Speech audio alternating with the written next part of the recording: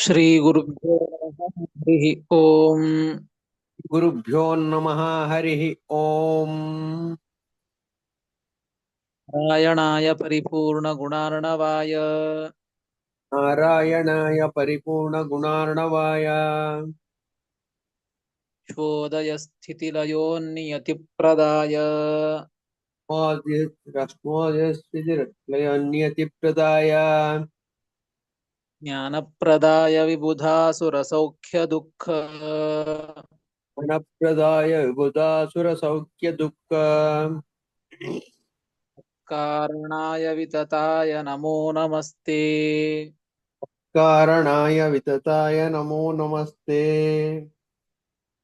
ಅಶೇಷ ವಾಗ್ಜಾಡ್ಯಮಲಾಪಹಂತ್ರಿ ಏಷವಾಗ್ಯಾಡ್ಯಮಲಾಪಹಂತ್ರಿ ನವಂ ಸ್ಪಷ್ಟ ಸುವಾಕ್ಪ್ರದಾಯಿನಿ ನವಂ ನವಂ ಸ್ಪಷ್ಟ ಸುವಾಕ್ಪ್ರದಾಯಿನಿ ಅಮೇಹ ಜಿಹ್ವಾಗ್ರಸುರಂಗನರ್ತಕೀ ವಗ್ರತುರಂಗನರ್ತಕೀ ಭವ ಪ್ರಸನ್ನಾ ವದನೆ ಚ ಮೇ ಶ್ರೀಃ. ಭವಪ್ರಸನ್ನಾ ವದನೆ ಚ ಮೇ ಶ್ರೀಃ. ಅಭ್ರಮಂ ಭಂಗರಹಿತಂ ಅಜಡಂ ವಿಮಲಂ ಸದಾ ಅಭ್ರಮಂ ಭಂಗರಹಿತಂ ಅಜಡಂ ವಿಮಲಂ ಸದಾ ಆನಂದತೀರ್ಥಮತುಲಂ ಭಜೆ ತಾಪತ್ರಯಾಪಹಂ. ನಂದತೀರ್ಥಮತುಲಂ ಭಜೆ ತಾಪತ್ರಯಾಪಹಂ.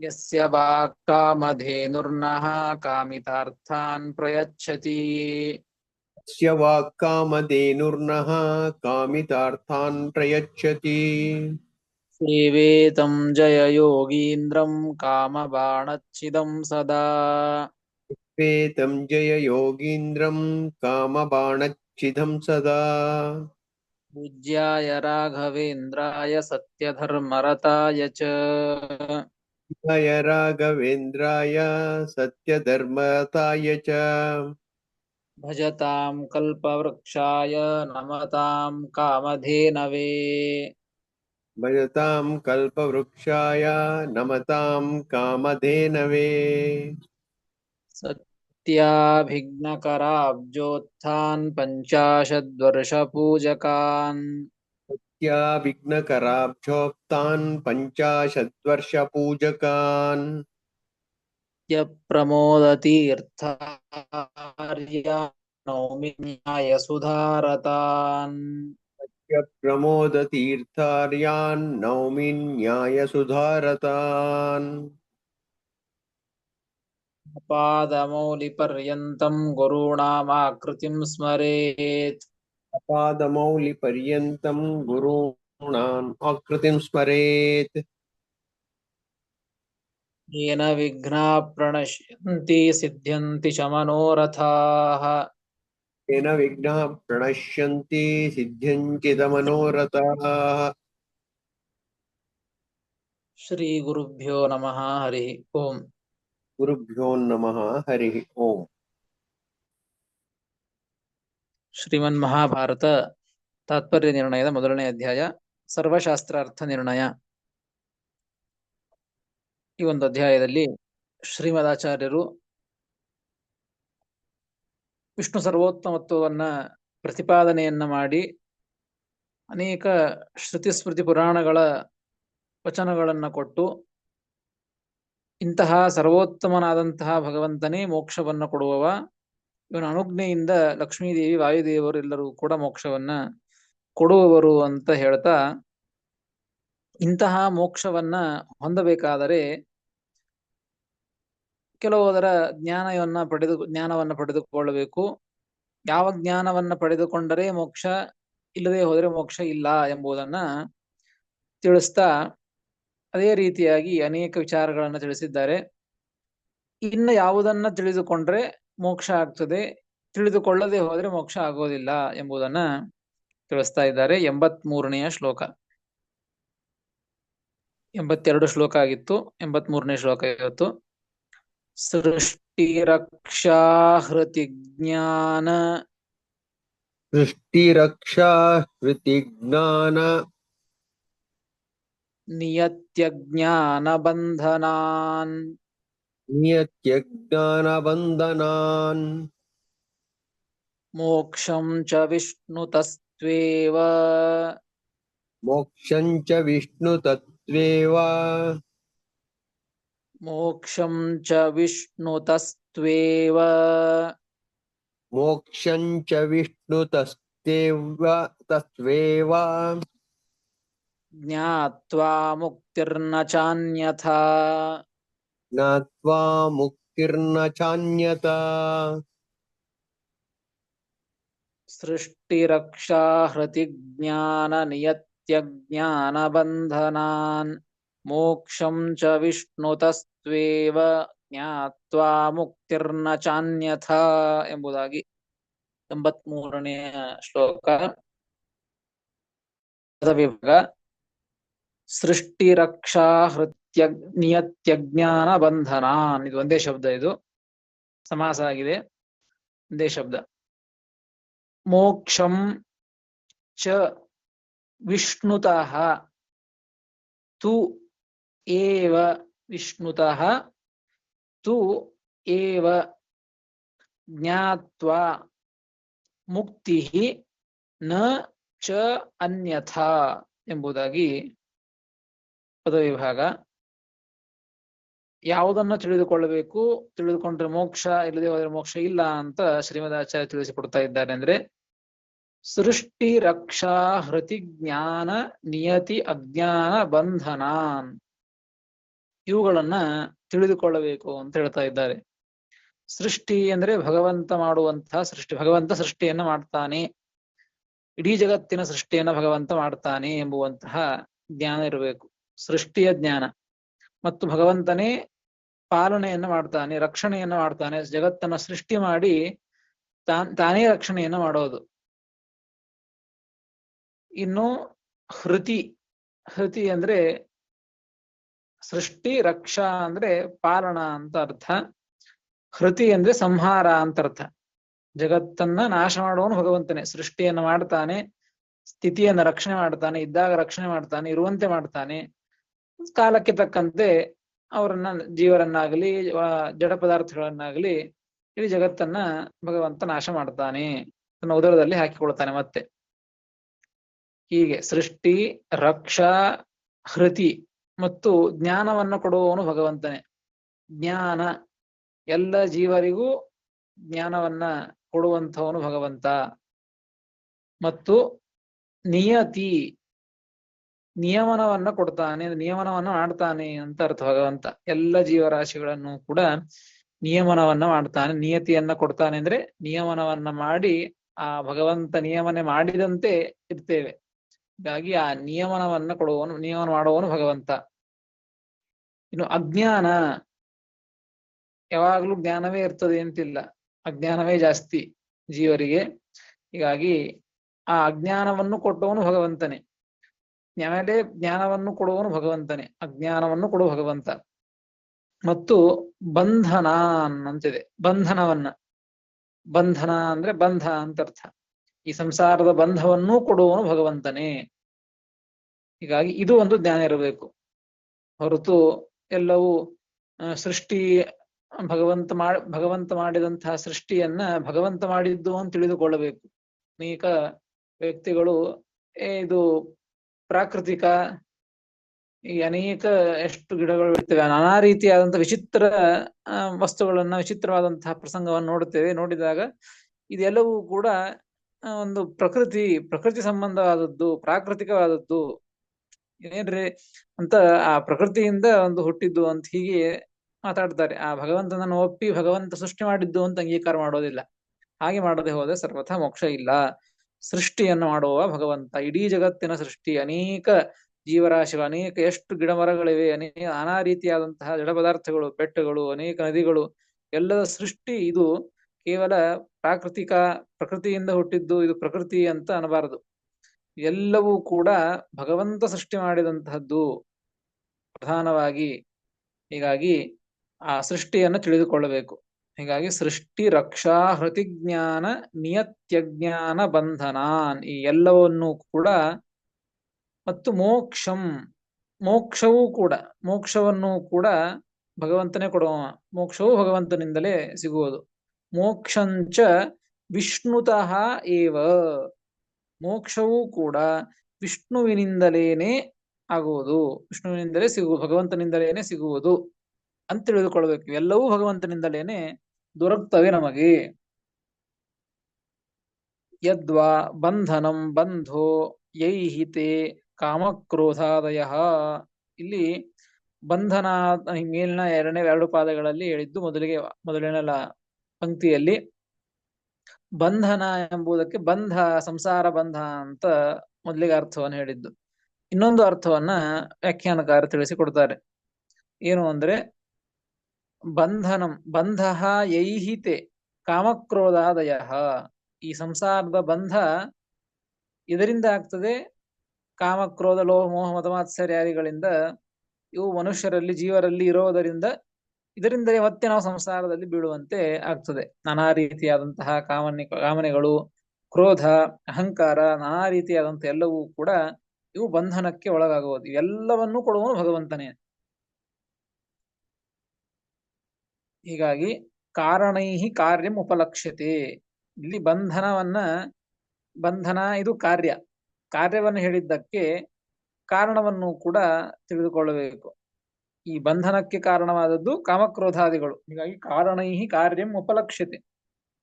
ಕಾರಣಗಳಿಂದ ಕಾರಣವಾದಂತಹ ಕಾಮಕ್ರೋಧಾದಿಗಳಿಂದ ಕಾರ್ಯವನ್ನು ಕೂಡ ಇಟ್ಟುಕೊಳ್ಳಬೇಕು. ಅಂದ್ರೆ ಬಂಧವನ್ನು ಸಂಸಾರವನ್ನು ಇಟ್ಟುಕೊಳ್ಳಬೇಕು, ಸಂಸಾರಕ್ಕೆ ಕಾರಣವಾದಂತಹ ಈ ಕಾಮಕ್ರೋಧಾದಿಗಳನ್ನು ಕೂಡ ಇಟ್ಟುಕೊಳ್ಳಬೇಕು. ಎಲ್ಲವೂ ಕೂಡ ಒಂದ್ ಕೊನೆಗೆ ಮೋಕ್ಷಂಚ ಅಂತ ಹೇಳಿದ್ದು. ಮೋಕ್ಷವೂ ಕೂಡ ವಿಷ್ಣುತಃ ಏವ,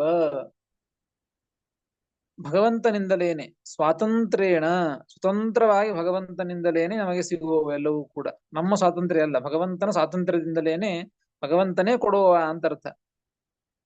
ಅನ್ಯೇಭ್ಯ ತದ ಆಗ್ನೇಯ ತತ್ ಪ್ರೇರಣೆಯ ಚ. ಇವತ್ತು ಆ ದೇವತೆಗಳಿದ್ದಾರಲ್ರಿ, ಆ ಒಂದೊಂದು ವಸ್ತುವನ್ನ ಒಂದೊಂದು ವಿಷಯಗಳನ್ನು ಕೊಡುವಂಥವ್ರು ಒಬ್ಬೊಬ್ಬ ದೇವತೆಗಳಿದ್ದಾರಲ್ಲ, ಅವ್ರು ಕೊಡ್ತಾರಲ್ಲ ಅಂತಂದ್ರೆ ಆ ದೇವತೆಗಳು ಕೂಡ ಭಗವಂತನ ಆಜ್ಞೆಯಿಂದ ಭಗವಂತನ ಪ್ರೇರಣೆಯಿಂದಲೇನೆ ಕೊಡುವುದು ಹೊರತು ಸ್ವತಂತ್ರವಾಗಿ ಅವರು ಕೊಡುವುದಿಲ್ಲ. ಸ್ವತಂತ್ರವಾಗಿ ಕೊಡುವವನು ಅಂದ್ರೆ ಭಗವಂತ ಮಾತ್ರ. ಹೀಗಾಗಿ ಈ ರೀತಿಯಾದಂತಹ ಒಂದು ಜ್ಞಾನವನ್ನ ಮಾಡಿಕೊಳ್ಳಬೇಕು. ಮೋಕ್ಷಂಚ ವಿಷ್ಣುತಸ್ತ್ವೇವ ಜ್ಞಾತ್ವ. ಹಿಂಗ್ ತಿಳಿದುಕೊಂಡ್ರೇನೆ ಮುಕ್ತಿ, ಅನ್ಯಥಾ ನ, ಇಲ್ಲದೆ ಹೋದ್ರೆ ಮೋಕ್ಷ ಆಗೋದಿಲ್ಲ ಎಂಬುದನ್ನ ಶ್ರೀಮದಾಚಾರ್ಯರು ತಿಳಿಸಿಕೊಡ್ತಾ ಇದ್ದಾರೆ. ಇನ್ನ ಅದೇ ರೀತಿಯಾಗಿ ಇನ್ನೂ ಕೆಲವದರ ಜ್ಞಾನ ಮಾಡಿಕೊಳ್ಳಬೇಕು ಅಂತ ತಿಳಿಸ್ತಾರೆ. 84ನೇ ಶ್ಲೋಕ. ವೇದಾಂಶ್ಚ ಪಂಚರಾತ್ರಾಣಿ ವೇದಾಂಶ್ಚ ಪಂಚರಾತ್ರಾಣಿ ಸೇತಿಹಾಸ ಪುರಾಣಕಾನ್ ಇತಿಹಾಸ ಪುರಾಣಕಾನ್ ನತ್ವಾ ವಿಷ್ಣುಪರಾನೇವ ಜ್ಞಾತ್ವಾ ವಿಷ್ಣುಪರಾನೇವ ಮುಚ್ಯತೆ ನಾನ್ಯಥಾ ಕ್ವಚಿತ್. ಮುಚ್ಯತೆ ನಾನ್ಯತಾ ಕ್ವಚಿತ್.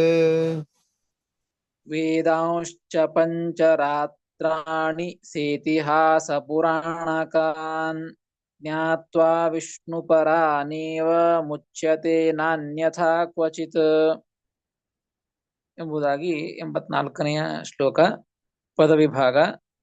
ವೇದಾನ್ ಚ ಪಂಚರಾತ್ರಾಣಿ ಸೇತಿಹಾಸ ಪುರಾಣಕಾನ್, ಒಂದೇ ಶಬ್ದ ಇದು. ಜ್ಞಾತ್ವಾ ವಿಷ್ಣುಪರಾನ್ ಏವ ಮುಚ್ಯತೆ ನ ಅನ್ಯಥಾ ಕ್ವಚಿತ್ ಎಂಬುದಾಗಿ ಪದವಿಭಾಗ. ಮತ್ತೇನ್ ತಿಳಿದುಕೊಳ್ಬೇಕು ಅಂದ್ರೆ ವೇದಾಂಶ್ಚ ವೇದಗಳನ್ನ ತಿಳಿದುಕೊಳ್ಳಬೇಕು. ವೇದಗಳನ್ನ, ಪಂಚರಾತ್ರಗಳನ್ನ ತಿಳಿದುಕೊಳ್ಳಬೇಕು. ಮತ್ತು ಸೇತಿಹಾಸ ಪುರಾಣಕಾನ್, ಇತಿಹಾಸದಿಂದ ಸಹಿತವಾದಂತಹ ಪುರಾಣಗಳನ್ನು ತಿಳಿದುಕೊಳ್ಳಬೇಕು. ಇತಿಹಾಸ ಅಂದ್ರೆ ಏನು ಅಂತಂದ್ರೆ, ಇತಿಹಾಸ ಶಬ್ದ ಟಿಪ್ಪಣಿಕಾರ ಬರೀತಾರೆ, ಇತಿಹಾಸ ಶಬ್ದೇನ ಮಹಾಭಾರತಂ ರಾಮಾಯಣಂ ಚ ಗ್ರಾಹ್ಯಂ. ಮೂಲ ರಾಮಾಯಣ ಅಂತ ಅರ್ಥ. ರಾಮಾಯಣ ಅಂದ್ರೆ ಇತಿಹಾಸ ಶಬ್ದದಿಂದಾಗಿ ಮಹಾಭಾರತ, ರಾಮಾಯಣ ಅಥವಾ ವಾಲ್ಮೀಕಿ ರಾಮಾಯಣವನ್ನು ಇಟ್ಕೊಳ್ಬಹುದು. ರಾಮಾಯಣಂ ಚ ಗ್ರಾಹ್ಯಂ, ಇವುಗಳನ್ನು ಕೂಡ ಇಟ್ಕೊಳ್ಳಬೇಕು. ಅಂದ್ರೆ ವೇದಗಳನ್ನು ತಿಳಿದುಕೊಳ್ಳಬೇಕು, ಪಂಚರಾತ್ರವನ್ನು ತಿಳಿದುಕೊಳ್ಳಬೇಕು, ಇತಿಹಾಸ ಶಬ್ದದಿಂದ ಮಹಾಭಾರತ ಮತ್ತು ರಾಮಾಯಣ ಇವುಗಳನ್ನು ತಿಳಿದುಕೊಳ್ಳಬೇಕು. ಪುರಾಣಕಾನ್, ಅನೇಕ ಪುರಾಣಗಳನ್ನು ಕೂಡ ತಿಳಿದುಕೊಳ್ಳಬೇಕು. ಕುರುಪಾಂಡವನ್ಯಾಯೇನ ವಿಷ್ಣುಪರಾನೇವ ಮುಖ್ಯತಃ ವಿಷ್ಣುಪರಾನ್. ಜ್ಞಾತ್ವಾ ವಿಷ್ಣುಪರಾನೇವ, ನೋಡಿ ವಿಷ್ಣುಪರಾನೇವ ಅಂತ ತಿಳಿದುಕೊಳ್ಳಬೇಕು. ಪುರಾಣಗಳನ್ನ ತಿಳಿದುಕೊಳ್ಳಬೇಕು ಅಂತ ಹೇಳಿದ್ದಾರೆ. ಹೇಳಿದ ಮಾತ್ರಕ್ಕೆ ಪುರಾಣಗಳು ಅಂದ್ರೆ ಆ ವಿಷ್ಣು ಪರವಾದದ್ದು, ಅನ್ಯ ದೇವತಾ ಪರವಾದದ್ದು ಇರ್ತವೆ. ಹಾಗಾದರೆ ಪುರಾಣಾನ್ಯೇ ಪುರಾಣಕಾನ್ ಎಂಬುದಕ್ಕೆ ಕುರುಪಾಂಡವನ್ಯಾಯೇನ, ಕುರುಪಾಂಡವನ್ಯಾಯೇನ ಅಂತಂದ್ರೆ ಪ್ರತ್ಯೇಕವಾಗಿ ಹೇಳ್ತಾರೆ. ಕೌರವ ಪಾಂಡವಾಹ ಆಗತಾಹ ಅಂತ ಹೇಳಿ. ಕೌರವಾಹ ಅಂತಂದ್ಬಿಟ್ರೆ ಪಾಂಡವರು ಬರ್ತಾ ಇರ್ತಾರೆ. ಆದರೂ ಕೂಡ ಒಂದು ವಿಶೇಷತೆ ಪಾಂಡವರಲ್ಲಿ ಇದ್ದುದಕ್ಕೆ ಪ್ರತ್ಯೇಕವಾಗಿ ಅವರನ್ನು ಹೇಳ್ತಾರೆ. ಅದಕ್ಕೆ ವಿಷ್ಣುಪರಾನೇವ ಪುರಾಣಕಾನ್ ಅಂತ ಹೇಳಿದ್ದು. ವಿಷ್ಣುಪರಾನ್ ಪುರಾಣಕಾನ್ ಯಾಕೆಂದ್ರೆ ವಿಶೇಷತೆ. ಆ ಎಲ್ಲ ಪುರಾಣಗಳಿಗಿಂತಲೂ ಕೂಡ ಬರೀ ಪುರಾಣಕಾನ್ ಅಂದ್ರೆ ಇವು ಬಂದ್ಬಿಡ್ತಾವು, ವಿಷ್ಣುಪರವಾದಂತಹ ಪುರಾಣಗಳು ಬರ್ತವೆ. ಆದ್ರೆ ಅನ್ಯ ಪುರಾಣಗಳನ್ನು ತೆಗೆದುಕೊಳ್ಳಬಾರದು. ಇವು ಒಂದು ವಿಶೇಷತೆ ಇದೆ ಇವುಗಳಲ್ಲಿ. ಹೀಗಾಗಿ ಇವೇದೊಂದು ಮೋಕ್ಷಕ್ಕೆ ಯೋಗ್ಯವಾದಂತಹ ಒಂದು ಜ್ಞಾನವನ್ನು ಕೊಡುವಂತಹ ಗ್ರಂಥಗಳು. ಹೀಗಾಗಿ ವಿಷ್ಣುಪರಾನೇವ ಪುರಾಣಕಾನ್ ಅಂತ ಅರ್ಥ. ವಿಷ್ಣುಪರವಾದಂತಹ ಪುರಾಣಗಳನ್ನೇ ಜ್ಞಾತ್ವಾ ತಿಳಿದರೆ ಮುಚ್ಯತೆ, ತಿಳಿದು ಮುಚ್ಯತೆ ಮುಕ್ತನಾಗ್ತಾನೆ. ಅನ್ಯಥ ನ ಕ್ವಚಿತ್, ಇಲ್ಲದೆ ಹೋದ್ರೆ ಸರ್ವಥ ಮೋಕ್ಷವನ್ನು ಹೊಂದೋದಿಲ್ಲ. ಇವುಗಳನ್ನ ತಿಳಿದುಕೊಳ್ಳಬೇಕು ಅಂತ ಅರ್ಥ. ಏನ್ರಿ ಹಾಗಾದ್ರೆ ವೇದಗಳನ್ನು ತಿಳಿದುಕೊಳ್ಳಬೇಕು ಅಂತ ತಿಳಿಸ್ತಾ ಇದ್ದಾರೆ ಶ್ರೀಮದಾಚಾರ್ಯರು. ಎಷ್ಟು ವೇದಗಳಿವೆ? ಅನಂತಾಹ ವೈ ವೇದಾಹ ಅಂತ ಹೇಳುತ್ತದೆ ವೇದವೇ. ಅನಂತ ವೇದಗಳು, ಅಂತವೇ ಇಲ್ಲ. ಇದಕ್ಕಿಲ್ಲಿಗೆ ಎಂಡಂತ ಇಲ್ಲವೇ ಇಲ್ಲ ವೇದಗಳಲ್ಲಿ. ಅಷ್ಟು ವೇದಗಳಿವೆ, ಅನಂತ ವೇದಗಳಿವೆ. ಕೋಟಿ ಕೋಟಿ ಕೋಟಿ ಅನಂತ ಜನ್ಮಗಳ ಕಳೆದರೂ ಕೂಡ ವೇದಗಳನ್ನ ಮುಗಿಸ್ಲಿಕ್ಕೆ ಆಗೋದಿಲ್ಲ. ಅದರ ಒಂದು ಅಂತವೇ ಸಿಗೋದಿಲ್ಲ. ಇಷ್ಟಕ್ಕೆ ಮುಗಿತು ಅಂತ ಇಲ್ಲ. ಹೀಗಾಗಿ ಅಷ್ಟು ವೇದಗಳನ್ನ ತಿಳಿದುಕೊಳ್ಳೋದು ಹೇಗೆ ಹೇಳ್ತಾ ಇದ್ದಾರಲ್ಲೇ. ತಿಳಿದುಕೊಳ್ಳದೆ ಹೋದರೆ ಮೋಕ್ಷ ಇಲ್ಲ, ತಿಳಿದುಕೊಂಡ್ರೆ ಮೋಕ್ಷ, ತಿಳಿದುಕೊಳ್ಳದೆ ಹೋದ್ರೆ ಮೋಕ್ಷ ಇಲ್ಲ ಅಂತ ಹೇಳ್ತಾ ಇದ್ದಾರೆ. ಹಾಗಾದರೆ ನಮಗೆ ಮೋಕ್ಷವೇ ಇಲ್ಲವಾ ಹಾಗಾದರೆ ಅನಿಸ್ಬಿಡ್ತದೆ. ವೇದಗಳನ್ನ ಸಂಪೂರ್ಣವಾಗಿ ತಿಳಿದುಕೊಳ್ಳಿಕ್ಕೆ ಆಗೋದಿಲ್ಲ. ಪಂಚರಾತ್ರವೂ ಕೂಡ 50 ಕೋಟಿ ಶ್ಲೋಕ ವಿಸ್ತಾರವಾದಂತಹ ಒಂದು ಗ್ರಂಥ ಅದು. 50 ಕೋಟಿ, ಬರೀ 50 ಶ್ಲೋಕ ಅಲ್ಲ, 50 ಕೋಟಿ ಶ್ಲೋಕಗಳಿಂದ ಕೂಡಿದಂತಹ ಒಂದು ಗ್ರಂಥ ಪಂಚರಾತ್ರ. ಅದನ್ನೆಲ್ಲ ಓದ್ಲಿಕ್ಕೆ ಆಗ್ತದೆ, ಎಷ್ಟು ತಿಳಿದುಕೊಳ್ಳಿಕ್ಕೆ ಆಗ್ತದೆ. ಹೀಗಾಗಿ ಯಾವನ್ನು ತಿಳಿದುಕೊಳ್ಳಿಕ್ಕೆ ಆಗೋದಿಲ್ಲ ಅಂದ್ರೆ ನಮಗೆ ಮೋಕ್ಷ ಇಲ್ಲ ಹಾಗಾದರೆ ಅಂತ ಅಂದುಕೊಳ್ಳೋ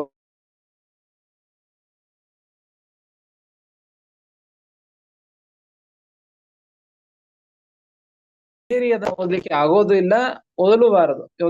ಅಯೋಗ್ಯ ಪುರುಷ ಪತತ್ತೇವನ ಸಂಶಯ ಅಂತ ಹೇಳಿದಂತೆ ಯೋಗ್ಯತಾನುಸಾರವಾಗಿ ಅವುಗಳನ್ನ ಇದೇ ಜನ್ಮದಲ್ಲಿ ಅಂತ ಆಗೋದಿಲ್ಲ, ಸರ್ವಥಾ ಆಗೋದಿಲ್ಲ. ಇದೇ ಜನ್ಮದಲ್ಲಿಯೇನೆ ಎಲ್ಲವನ್ನು ಓದ್ತೇವೆ ಅಂದ್ರೆ ಓದ್ಲಿಕ್ಕೆ ಆಗೋದಿಲ್ಲ.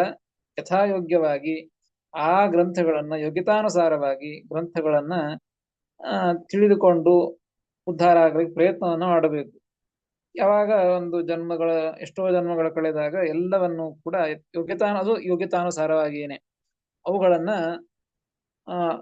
ತಿಳಿದುಕೊಳ್ಳಲಿಕ್ಕೆ ಆಗ್ತದೆ. ಹೀಗಾಗಿ ಇವುಗಳನ್ನ ತಿಳಿದುಕೊಂಡ್ರೇನೆ ಮೋಕ್ಷ, ಇಲ್ಲದೆ ಹೋದರೆ ಮೋಕ್ಷ ಇಲ್ಲ ಅಂತ ಶ್ರೀಮದಾಚಾರ್ಯರು ತಿಳಿಸಿಕೊಡ್ತಾರೆ.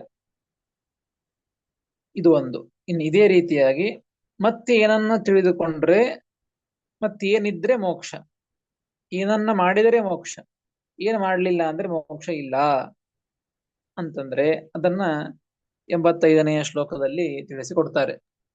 ಆಚಾರ್ಯ, ಒಂದ್ ಸಣ್ಣ ಪ್ರಶ್ನೆ ಕೇಳ್ಬೋದಾ? ಕೇಳಿ. ಹಿಂದೆ ಕೇಳಿರ್ಬೋದು, ಮತ್ತೆ ಇನ್ನೊಮ್ಮೆ ಕೇಳ್ತಾ ಇದ್ದೀನಿ. ಕೇಳಿ.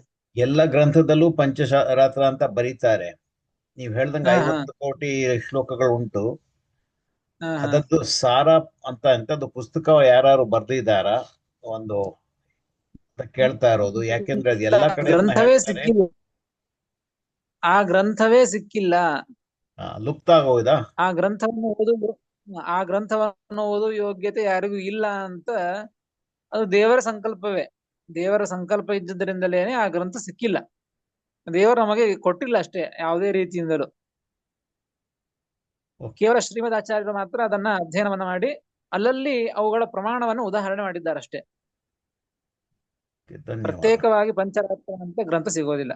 ಓಕೆ. ಇಲ್ಲ, ಒಂದು ಚಿಕ್ಕ ಬುಕ್ಲೆಟ್ ಯಾರೋ ಪಾಂಡುರಂಗಿ ಅವರು ಬರ್ದಿದ್ರು, ಅದನ್ನು ಎಲ್ಲೋ ಕಳೆದೋಯ್ತು. ಅದೇ ಅದರ ಸಾರಾಂಶ ಬರೆದಿದ್ದಾರೆ ಅಂತ. ಸಾರಾಂಶ ಅಂತ ಹೇಳ್ತಾ ಇದ್ದಿಲ್ಲ. ಶ್ರೀಮದ್ ಆಚಾರ್ಯರು ಅಲ್ಲಲ್ಲಿ ಉದಾಹರಣೆ ಮಾಡಿರ್ಬೋದು ಪಂಚರಾತ್ರ ಶ್ಲೋಕಗಳನ್ನ, ಅವುಗಳನ್ನ ಸಂಗ್ರಹ ಮಾಡಿ ಸಾರ ಅಂತ ಹಿಂಗ್ ಮಾಡಿರ್ಬೋದು ಅಷ್ಟೇ. ಓಕೆ.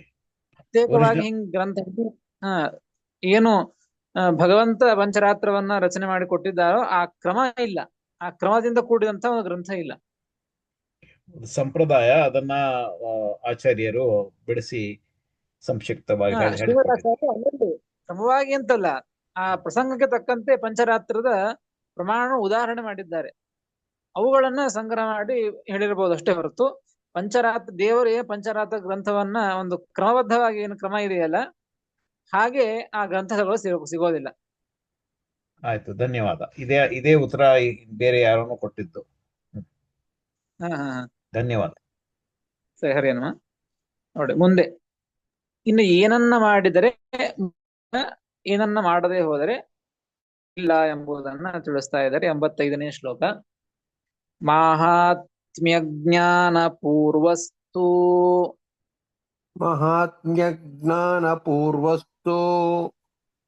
ಸುದೃಢ ಸರ್ವತೋಧಿಕಃ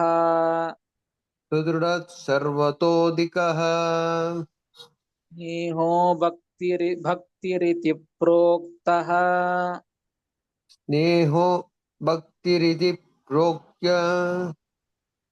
ತಯಾ ಮುಕ್ತಿರ್ನ ಚಾನ್ಯಥಾ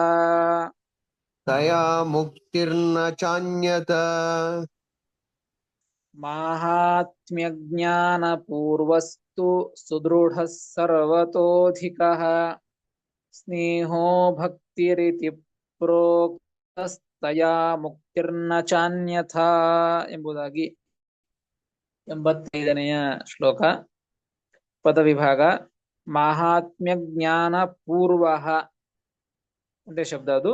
ತು ಸುದೃಢ ಸರ್ವತಃ ಅಧಿಕಃ ಸ್ನೇಹಃ ಭಕ್ತಿಃ ಇತಿ ಪ್ರೋಕ್ತಃ ತಯಾ ಮುಕ್ತಿಃ ನ ಚ ಅನ್ಯಥಾ ಎಂಬುದಾಗಿ ಪದವಿಭಾಗ. ಭಕ್ತಿ ಎಂಬುದು ಬೇಕು. ಭಕ್ತಿ, ದೇವರ ಮೇಲೆ ಭಕ್ತಿಯನ್ನ ಮಾಡಬೇಕು. ಭಕ್ತಿಯನ್ನ ಮಾಡಿದರೆ ಮಾತ್ರ ಮೋಕ್ಷ. ತಯಾ ಮುಕ್ತಿ, ಭಕ್ತಿಯಿಂದ ಮುಕ್ತಿ. ದೇವರ ಮೇಲೆ ಮಾಡುವಂತಹ ಭಕ್ತಿಯಿಂದ ಮುಕ್ತಿ ಅಂದ್ರೆ ಭಕ್ತಿ ಮಾಡಿದರೆ ಮುಕ್ತಿ. ಅನ್ಯಥಾ ನ, ಭಕ್ತಿ ಇಲ್ಲದೆ ಹೋದರೆ ಎಷ್ಟು ಜ್ಞಾನವನ್ನ ಪಡೆದುಕೊಂಡರೂ ಕೂಡ ಭಕ್ತಿ ಇಲ್ಲದೆ ಹೋದರೆ ಮೋಕ್ಷ ಇಲ್ಲ. ಹಿಂದೆ ಹೇಳಿದಂತಹದ್ದ ಅನೇಕ ಅದನ್ನ ತಿಳಿದುಕೊಳ್ಳಬೇಕು, ಇದನ್ನು ತಿಳಿದುಕೊಳ್ಳಬೇಕು ಅಂತ ಹೇಳಿದಾರಲ್ಲ, ಇಷ್ಟೆಲ್ಲವನ್ನ ತಿಳಿದುಕೊಂಡರೂ ಕೂಡ ಮೋಕ್ಷ ಆಗಬೇಕು ಅಂತಂದ್ರೆ ಭಕ್ತಿ ಇರಬೇಕು ದೇವರ ಮೇಲೆ.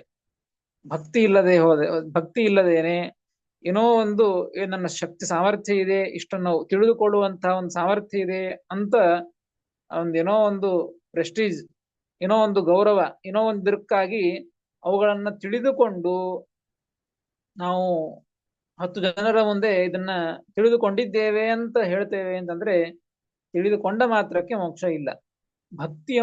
ಭಕ್ತಿ ಹುಟ್ಟಬೇಕು. ಆ ತಿಳಿದುಕೊಂಡಿದ್ದರಿಂದ ಭಕ್ತಿ ಹುಟ್ಟಬೇಕು. ಭಕ್ತಿ ಹುಟ್ಟದೆ ಹೋದರೆ ಅದು ವ್ಯರ್ಥ ಅಂತ ಶಾಸ್ತ್ರ ಹೇಳುತ್ತದೆ. ಹೀಗಾಗಿ ಆ ಭಕ್ತಿ ಇದ್ದರೆ ಮಾತ್ರ ಮೋಕ್ಷ, ಇಲ್ಲದೆ ಹೋದರೆ ಮೋಕ್ಷ ಇಲ್ಲ ಅಂತ ಶ್ರೀಮದಾಚಾರ್ಯರು ಈ ಶ್ಲೋಕದಲ್ಲಿ ತಿಳಿಸಿಕೊಡ್ತಾ ಇದ್ದಾರೆ. ಬರೇ ಭಕ್ತಿ ಭಕ್ತಿ ಭಕ್ತಿ ಇದ್ರೆ ಮೋಕ್ಷ, ಭಕ್ತಿ ಇಲ್ಲದೆ ಹೋದ್ರೆ ಮೋಕ್ಷ ಇಲ್ಲ ಅಂತ ಹೇಳ್ತಾ ಇದ್ದದ್ದು ಎಲ್ಲ ಕಡೆಯೂ ಹೇಳ್ತಾ ಇರ್ತಾರೆ. ಹಾಗಾದ್ರೆ ಭಕ್ತಿ ಅಂದ್ರೆ ಏನು? ದೇವರ ಮುಂದೆ ಕಣ್ಣು ಮುಚ್ಚಿ ಕೈ ಮುಗಿದುಕೊಂಡು ಬಿಟ್ರೆ ಅದು ಭಕ್ತಿ, ಹಿಂಗ್ ಮಾಡ್ತೇವಲ್ಲ ನಾವು ಅಂತ ಅದು ಸರ್ವಥಾ ಭಕ್ತಿ ಅಂತ ಅರ್ಥ ಅಲ್ಲ.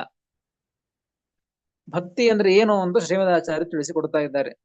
ಮಹಾತ್ಮ ಜ್ಞಾನ ಪೂರ್ವಸ್ತು ಸುದೃಢ ಸರ್ವತೋಧಿಕ ಸ್ನೇಹ ಭಕ್ತಿ ಇತಿ ಪ್ರೋಕ್ತಃ. ಹಿಂಗಿರ್ಬೇಕು. ಯಾವುದನ್ನ ಭಕ್ತಿ ಅಂತ ಕರೀತಾರೆ ಅಂತಂದ್ರೆ, ಕರಿಬೇಕು ಅಂದ್ರೆ ಮಹಾತ್ಮ ಜ್ಞಾನ ಪೂರ್ವಸ್ತು. ಮಹಾತ್ಮ್ಯ ಜ್ಞಾನ, ಮಹಾತ್ಮ್ಯ ಅಂದ್ರೇನು?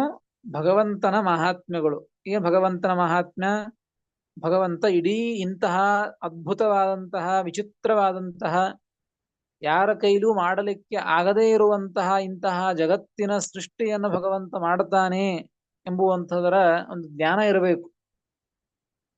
ಅದೇ ಕೊಟ್ಟು ಮಹಾತ್ಮ್ಯ ಅಂದ್ರೆ ಭಗವಂತನ ಮಹಾತ್ಮ್ಯ, ಇಂತಹ ಸಾಮರ್ಥ್ಯ, ಎಷ್ಟು ಸಾಮರ್ಥ್ಯ ಇದು ಅಂತ ಆ ಭಗವಂತ ಏನು ಜಗತ್ತಿನ ಸೃಷ್ಟಿ ಸ್ಥಿತಿ ಲಯ ಹಿಂದೆ ಹೇಳಿದ್ದಾರಲ್ಲ, ಅದರ ಒಂದು ಜ್ಞಾನ ಇರಬೇಕು.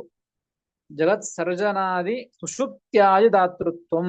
ಭಗವಂತ ಜಗತ್ತಿನ ಸೃಷ್ಟ್ಯಾದಿಗಳನ್ನ ಮಾಡುತ್ತಾನೆ, ಎಲ್ಲರಿಗೂ ಸುಷುಪ್ತಿಯನ್ನ ಕೊಡ್ತಾನೆ, ಎಲ್ಲದರ ಒಂದು ಜ್ಞಾನ ಇರಬೇಕು. ಮಹಾತ್ಮ್ಯ ಜ್ಞಾನ, ಭಗವಂತನ ಮಹತ್ವದ ಜ್ಞಾನ, ಮಹಾತ್ಮ್ಯ ಜ್ಞಾನ ಇದು ಕೂಡಿರಬೇಕು. ಮತ್ತು ಸುದೃಢ ಮರಣೀಪಿ ಅಚಾಲ್ಯ. ಸ್ನೇಹ ಮಾಡೋದು, ಭಗವಂತನ ಮೇಲೆ ಪ್ರೀತಿಯನ್ನ ಮಾಡೋದನ್ನೇ ಭಕ್ತಿ ಅಂತ ಕರೆಯೋದು. ಆ ಪ್ರೀತಿಯನ್ನು ಹೇಗೆ ಮಾಡೋದು ಅಂತಂದ್ರೆ, ಅವನ ಮಹಾತ್ಮ್ಯ ಜ್ಞಾನದಿಂದ ಸಹಿತವಾಗಿರ್ಬೇಕು ಆ ಪ್ರೀತಿ. ಈ ಭಗವಂತ ಇಷ್ಟು ಜಗತ್ತನ್ನು ಸೃಷ್ಟಿ ಮಾಡಿದ್ದಾನೆ, ಎಲ್ಲವೂ ನಮಗೋಸ್ಕರ. ನಾವು ಅಡ್ಡಾಡ್ತೇವೆ, ಕೂಡ್ತೇವೆ ಅಂದ್ರೆ ನಾವು ಮನೆಯನ್ನ ಖರೀದಿ ಮಾಡಿರಬಹುದು, ಖರೀದಿ ಮಾಡಿದ ಮನೆಯನ್ನ ಮಾತ್ರ. ಆದ್ರೆ ಜಗತ್ತಿನೊಳಗೆ ಎಲ್ಲ ಕಡೆಗೂ ಸುತ್ತಾಡ್ತೇವೆ. ಅನೇಕ ರೀತಿಯಾದಂತಹ ಒಂದು ಈ ಆಕಾಶವನ್ನು ಸೃಷ್ಟಿ ಮಾಡಿದ್ದಾನೆ. ಆಕಾಶ ಇಲ್ಲದೆ ಹೋದರೆ ನಾವು ಸಂಚಾರ ಮಾಡ್ಲಿಕ್ಕೆ ಆಗ್ತಾ, ಚಲನವಲನ ಮಾಡ್ಲಿಕ್ಕೆ ಆಗ್ತಾ ಇದ್ದಿದ್ದಿಲ್ಲ. ಹೀಗೆ ಅನೇಕ ರೀತಿಯಾದಂತಹ ಭಗವಂತ ನಮಗೋಸ್ಕರ ಪ್ರತಿಯೊಬ್ಬ ಜೀವರಾಶಿಗಳಿಗೂ ಸಹಿತವಾಗಿಯೂ ಕೂಡ ಅವರವರಿಗಾಗಿ ಅಂತೇನೆ, ಅವರ ಸುಖಕ್ಕಾಗಿ ಅಂತೇನೆ ಅವರ ಒಂದು ಭಗವಂತ ಜಗತ್ತನ್ನ ಸೃಷ್ಟಿ ಮಾಡಿದ್ದಾನೆ. ಹೀಗಾಗಿ ಅಷ್ಟು ಸೃಷ್ಟಿ ಮಾಡಿದ್ದಾನೆ ಅಂತ ಭಗವಂತನ ಮೇಲೆ ಪ್ರೀತಿ ಹುಟ್ಟಬೇಕು. ಇಷ್ಟು ಮಾಡಿದ್ದಾನೆ ಅಂತ ಎಲ್ಲದರ ಒಂದು ಜ್ಞಾನ ಬರ್ತಾ ಪ್ರೀತಿ ಹುಟ್ಟಬೇಕು. ಆ ಪ್ರೀತಿ ಹುಟ್ಟುವಾಗ ಆ ಪ್ರೀತಿ ಹೇಗಿರಬೇಕು ಅಂದ್ರೆ ಸುದೃಢ. ಆ ಪ್ರೀತಿ ಹೇಗಿರಬೇಕು? ಸ್ನೇಹ ಪ್ರೀತಿ ಅಂತ ಕರೆದದ್ದು. ಆ ಸ್ನೇಹ ಆ ಪ್ರೀತಿ ಹೇಗಿರಬೇಕು ಅಂದ್ರೆ ಸುದೃಢ. ಕೇವಲ ಸುಖವಾಗಿದ್ದಾಗ, ದೇವರು ಕೊಟ್ಟಾಗ ಮಾತ್ರ ದೇವರು ಇಷ್ಟು ನಮ್ಮ ಸಲುವಾಗಿ ಇಷ್ಟು ನಮಗೆ ಅನುಗ್ರಹವನ್ನು ಮಾಡಿದ್ದಾನೆ, ಇಷ್ಟು ನಮಗೆ ಕೊಟ್ಟಿದ್ದಾನೆ ಅಂತ ಆ ಜ್ಞಾನವನ್ನು ಮಾಡಿಕೊಂಡು ದೇವರ ಮೇಲೆ ಪ್ರೀತಿಯನ್ನ ಮಾಡೋದಕ್ಕೆ ಅದನ್ನು ಭಕ್ತಿ ಅಂತ ಕರೆಯೋದಿಲ್ಲ. ಸುದೃಢ ಮರಣೀಪಿ ಅಚಾಲ್ಯ. ಮರಣ ಕಾಲ ಬಂದಾಗಲೂ ಕೂಡ ಅದು ಅಲಗಾಡಬಾರದು ಪ್ರೀತಿ. ಸಾಯ್ತಾ ಇರುವಾಗಲೂ ಕೂಡ ನಂದೇ ನನಗೆ ಹತ್ತಿದೆ ಈ ಒಂದು ದುಃಖ ಅಂತ ಸಾಯುವಾಗಲಾಗಲಿ, ಅಥವಾ ಅನೇಕ ದುಃಖ ಪ್ರಸಂಗದಲ್ಲಾಗಲಿ ನನ್ನ ಇದ್ರೊಳಗೆ ನಾನಿದ್ದೇನೆ, ನನ್ನ ಕಷ್ಟ ನನಗಾಗ್ತಾ ಇದೆ ಅಂತ ಆ ಇದ್ರೊಳಗೆ ಭಗವಂತನ ಜ್ಞಾನವನ್ನ ಮಾಡಿಕೊಳ್ಳದೇನೆ, ಭಗವಂತನ ಜ್ಞಾನ ತಲೆಯಲ್ಲಿ ಬರದೇನೆ ಭಗವಂತನ ಮೇಲೆ ಪ್ರೀತಿಯನ್ನ ಮಾಡಲಿಲ್ಲ ಅಂದ್ರೆ, ಕೇವಲ ಬೇರೆ ಪ್ರಸಂಗದಲ್ಲಿ ಮಾತ್ರ ಮಾಡ್ತೇವೆ ಅಂದ್ರೆ ಅದನ್ನ ಭಕ್ತಿ ಅಂತ ಕರೆಯೋದಿಲ್ಲ. ಮರಣಕಾಲದಲ್ಲಿಯೂ ಕೂಡ ಅದು ಚಲಿಸಬಾರದು, ಸುದೃಢ. ಆವಾಗಲೂ ಕೂಡ ಗಟ್ಟಿಯಾಗಿ ಆ ಒಂದು ಪ್ರೀತಿ ದೇವರ ಮೇಲೆ ಇರಬೇಕು. ನನ್ನ ಸಲುವಾಗಿ ಇಷ್ಟು ಭಗವಂತ ಮಾಡಿದ್ದಾನೆ, ಹಂಗೆ ಎಲ್ಲ ಜೀವರ ಸಲುವಾಗಿ ಮಾಡಿದ್ದಾನೆ. ಆ ಒಂದು ಜ್ಞಾನ ಮರಣಕಾಲದಲ್ಲಿಯೂ ಕೂಡ ಹತ್ತಿರ ಬಂದಾಗಲೂ ಕೂಡ ಅದು ಚಲಿಸಬಾರದು. ಮತ್ತು ಸರ್ವತಃ ಅಧಿಕ. ಆ ಪ್ರೀತಿಯನ್ನ ಹೇಗೆ ಮಾಡಬೇಕು? ಯಾವಾಗಲೂ ಮಾಡಬೇಕು. ಆಯ್ತು, ಎಷ್ಟು ಮಾಡಬೇಕು? ದೇವರ ಮೇಲೆ ಪ್ರೀತಿಯನ್ನ ಎಷ್ಟು ಮಾಡಬೇಕು? ಯಾರಿಗಿಂತ ಹೆಚ್ಚು ಮಾಡಬೇಕು ಅಂತಂದ್ರೆ ಸರ್ವತಃ ಅಧಿಕ. ಸರ್ವತಃ ಅಧಿಕ. ಸರ್ವತಃ ಎಂಬುದಕ್ಕೆ ಸ್ತ್ರೀ ಪುತ್ರ, ಸ್ತ್ರೀಯರು, ಹೆಂಡತಿ, ಮಕ್ಕಳು, ಎಲ್ಲ ವ್ಯಕ್ತಿಗಳ ಮೇಲೆ ಏನು ಪ್ರೀತಿಯನ್ನ ಮಾಡ್ತಾನೋ ಜೀವ, ಆ ಎಲ್ಲ ಅದಕ್ಕಿಂತಲೂ ಕೂಡ ಸರ್ವತಃ ಅಧಿಕ. ನೋಡಿ, ಸರ್ವತಃ ಎಂಬುದಕ್ಕೆ ಸ್ತ್ರೀ ಪುತ್ರಾದಿಭ್ಯ ಅಂತ ಹೇಳಿದ್ದಾರೆ. ಆದಿ ಶಬ್ದದಿಂದ ತನ್ನನ್ನು ತಾನು ತೆಗೆದುಕೊಳ್ಳಬೇಕು. ಜೀವ ತನ್ನನ್ನು ತಾನು ತೆಗೆದುಕೊಳ್ಳಬೇಕು ಅಂದ್ರೆ ಹೆಚ್ಚಾಗಿ ಹೆಂಡತಿ, ಮಕ್ಕಳು, ಎಲ್ಲರ ಮೇಲೆ, ಅನೇಕ ಬಂಧು ಬಾಂಧವರ ಮೇಲೆ, ಎಲ್ಲರ ಮೇಲೆ ಪ್ರೀತಿಯನ್ನ ಮಾಡ್ತಾ ಇರ್ತದೆ. ಅದರ ಮೇಲೆ ಅದಕ್ಕಿಂತಲೂ ಕೂಡ ಎಲ್ಲ ಜೀವರು ಕೂಡ ತಮ್ಮ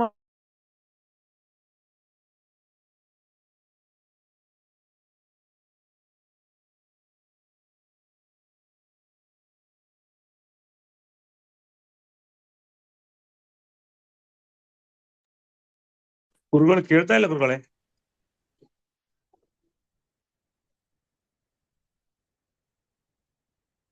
ತಮ್ಮಕ್ಕೆ ನಿಂತಿದೆ ಆಚಾರ್ಯ. ತಮ್ಮ ಅಂತ ಹೇಳಿದ್ರೆ ನಿಂತೋಯ್ತು ಅಷ್ಟೇ. ಇಂಥ ವೇಳೆ ರೆಕಾರ್ಡ್ ಸ್ವಲ್ಪ ಇದು ಮಾಡಕ್ಕಾಗುತ್ತಾ? ಸ್ಟಾಪ್ ಮಾಡ್ಕೊಂಡು ಮತ್ತೆ ಸ್ಟಾರ್ಟ್ ಮಾಡಕ್ಕಾಗುತ್ತಾ? ಆಗಲ್ವಾ? ಆಚಾರ್ಯ ತಮ್ಮ ಅಂತ ಹೇಳಿದ್ರಿ, ಅಲ್ಲಿಗೆ ನಿಂತಿತ್ತು.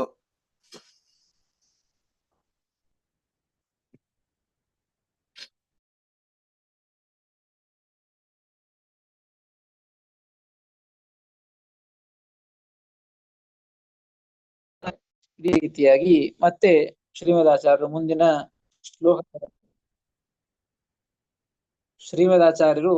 ಮುಂದಿನ ಶ್ಲೋಕಗಳಲ್ಲಿ ಯಾರಿಗೆ ಮುಕ್ತಿ, ಮೋಕ್ಷ ಯಾವಾಗ ಆಗ್ತದ, ಏನನ್ನ ತಿಳಿದುಕೊಂಡ್ರೆ ಏನನ್ನ ಮಾಡಿದರೆ ಮೋಕ್ಷ ಎಂಬುದನ್ನು ತಿಳಿಸಿಕೊಟ್ರು. ಯಾರಿಗೆ ಮೋಕ್ಷವಾಗ್ತದೆ ಎಂಬುದನ್ನ ಮುಂದಿನ ಶ್ಲೋಕಗಳಲ್ಲಿ ತಿಳಿಸಿಕೊಡ್ತಾರೆ. ಅದನ್ನ ಮತ್ತೆ ನಾಳೆ ತಿಳಿದುಕೊಳ್ಳೋಣ ಅಂತ ಹೇಳ್ತೇನೆ. ಶ್ರೀಕೃಷ್ಣಾರ್ಪಣಮಸ್ತು. ಹರಯೇ ನಮಃ.